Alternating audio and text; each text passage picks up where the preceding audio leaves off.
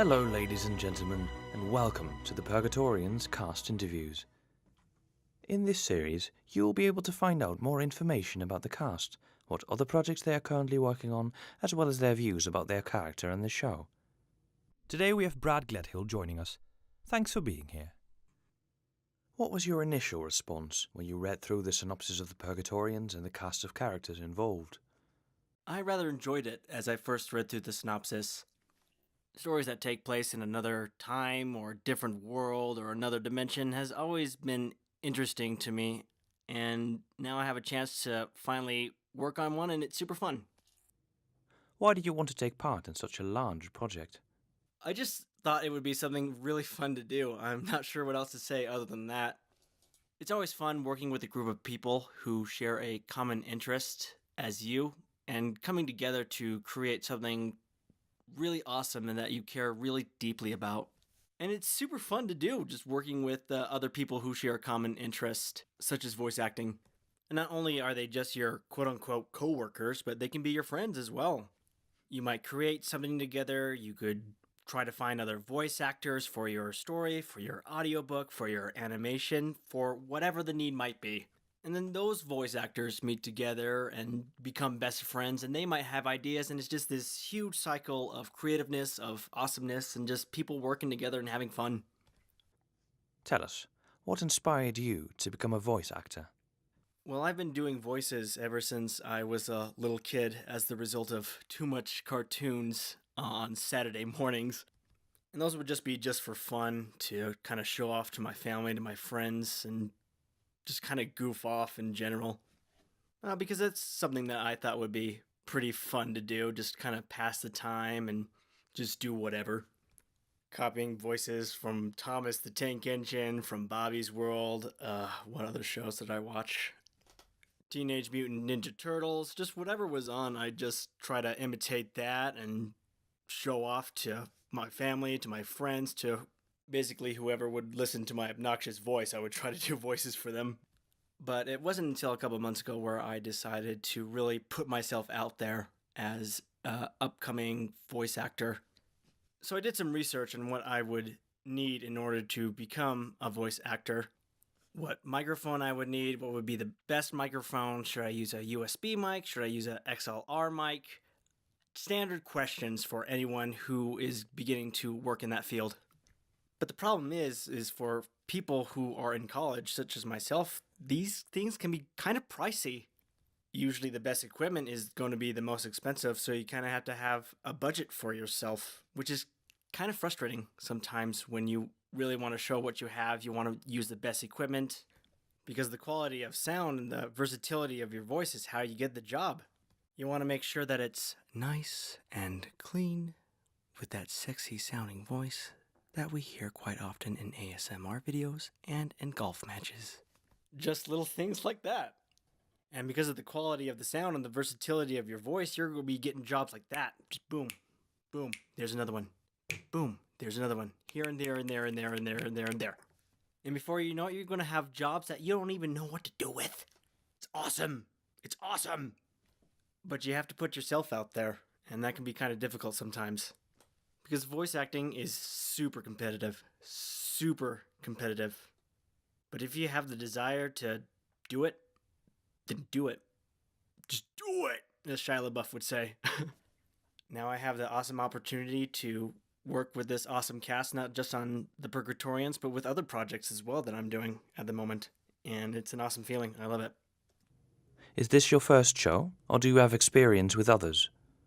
Like I said before, this is my first time doing voiceover for other people, but this is definitely the biggest that I've done so far. I've never worked with this many voice actors on one big project before, so I'm excited and nervous to work on this. I've usually just done small little animation bits in the past, but doing what I could do as a voice actor, being versatile, showing my versatility. And I've had some opportunities to work with others one-on-one. Usually it was just with someone I know or someone who says they want to be part of a little sketch just to kind of spread their wings as well as a voice actor. Just little sketches that'll last about a minute or two. And I'll usually post them on social media like Facebook or Tumblr or, whatever. And I've also been a part of other voice acting projects where it'll be an animation that involve a little bit more than, just the one or two people. But nothing as monumental as this, where there's this huge cast. There's these characters with their own stories, their own personal backgrounds.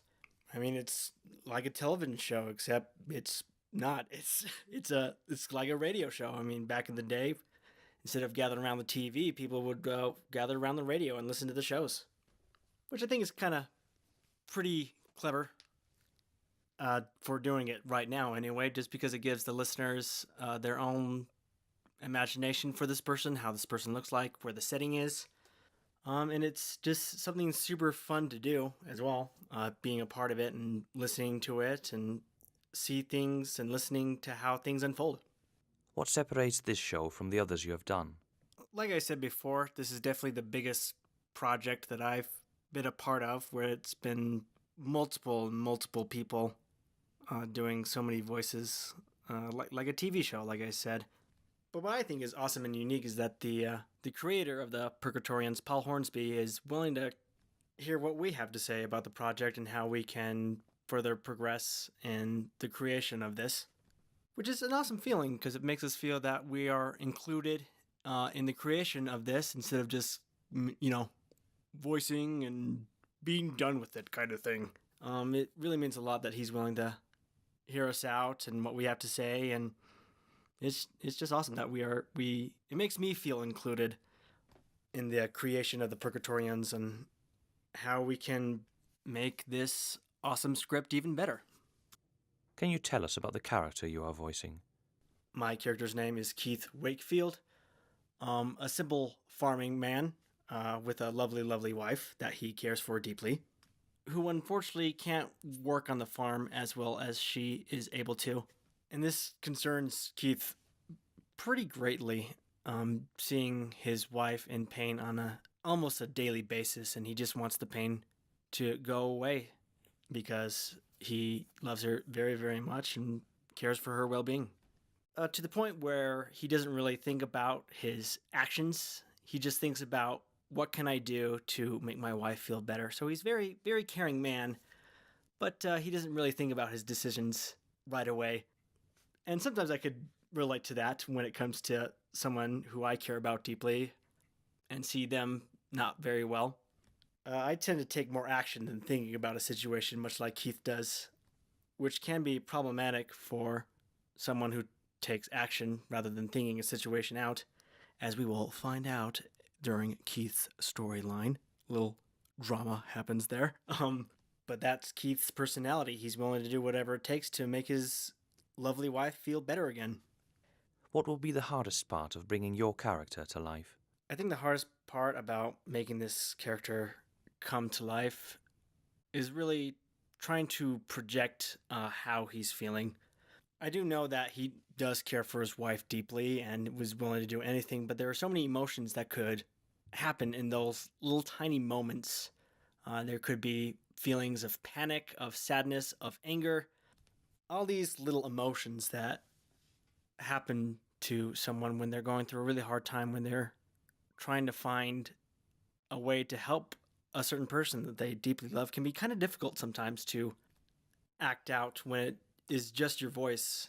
That's one of the challenging things sometimes about voice acting is it's much different than being on stage, because when you're on stage, you have your facial expressions, and people can see whether you're sad, whether you're angry, whether you're happy, but you kind of have to project that with your voice. You have to make the audience feel that you are sad, happy, angry, just through the sound of your voice alone.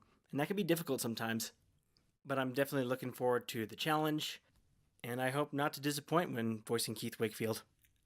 If you could have chosen any character, male or female, who would you have chosen and why? One other character that I wanted to voice besides Keith Wakefield was a character called Abraham Montgomery, a man who is on a position of power is very appealing to me, and he seemed like someone who would be very fun to do. You know, one of those characters whose word is law and this is absolute. It's just something very appealing and very fun to do. But in the end, I decided to do Keith Wakefield just because I felt like I could relate to him a little bit more and bring out his personality and character just by essentially being myself and imagining myself in a situation where a loved one is suffering. So it would be kind of easier to get into character and know what this person is thinking, how this person is feeling. What can you tell us of the story of the show? What kind of themes does it contain? A lot happens in the show. It has multiple storylines with multiple characters, and it's super, super awesome and very entertaining to listen to and to read. So I hope people who are listening to this stay tuned because you're in for one heck of a ride. If you're into Game of Thrones and Wayward Pines, then do I have the show for you. So be sure to stay tuned. If your character died, how would you like this to happen? I'd really like to see him go out in a blaze of glory. And I think he's the type of person that would do something really, really brash and bold. And, you know, I'd really like to see him just go all out, you know. But, you know, again, he seems like too caring and nice of a guy to really do something like that anyway, so. But I would enjoy that if something really, really dramatic happened and he just went out in a ball of fire, so to speak. In your opinion, why should people listen to this show? What would keep them coming back for the next episode? I think people should listen to the show because it has drama, it has romance, it has tension. Basically all good things that are in a show are going to be in the show. People will like it a lot, I think. I mean, everyone enjoys a good mystery and want to find out what the conclusion will be, so it's just something fun to listen to and to do guesswork, and maybe you'll expect something that you'd never really expected. It's definitely one of those stories that'll make you come back for more, just to find out what happens, and whether or not what you were thinking would happen is correct or not. Drama, action, mystery, all the good things that make a good show a good show. Any plans for after the show ends? Well, once the show ends, I have other projects that I am taking part of, voiceover-wise. And I will definitely try out for other voiceovers that are out there, whether it be for animation, for another audio drama, who knows? Because I'm having fun doing it, and I have no plans on stopping anytime soon. Imagine you are your character. Any final words from them for the viewers? If you were to listen to anything I had to say to you, dear viewers, is that always, always care for the ones you love. Love doing what you do, and never, ever, ever give up on your dreams. I would like to thank Brad for joining us, and I wish you and your character every success in both the show and your future roles. If you would like to know more about the other projects Brad's been involved in, please check the links in the description box below. If you're looking forward to the start of the show and this has piqued your interest, please don't forget to like, comment and subscribe.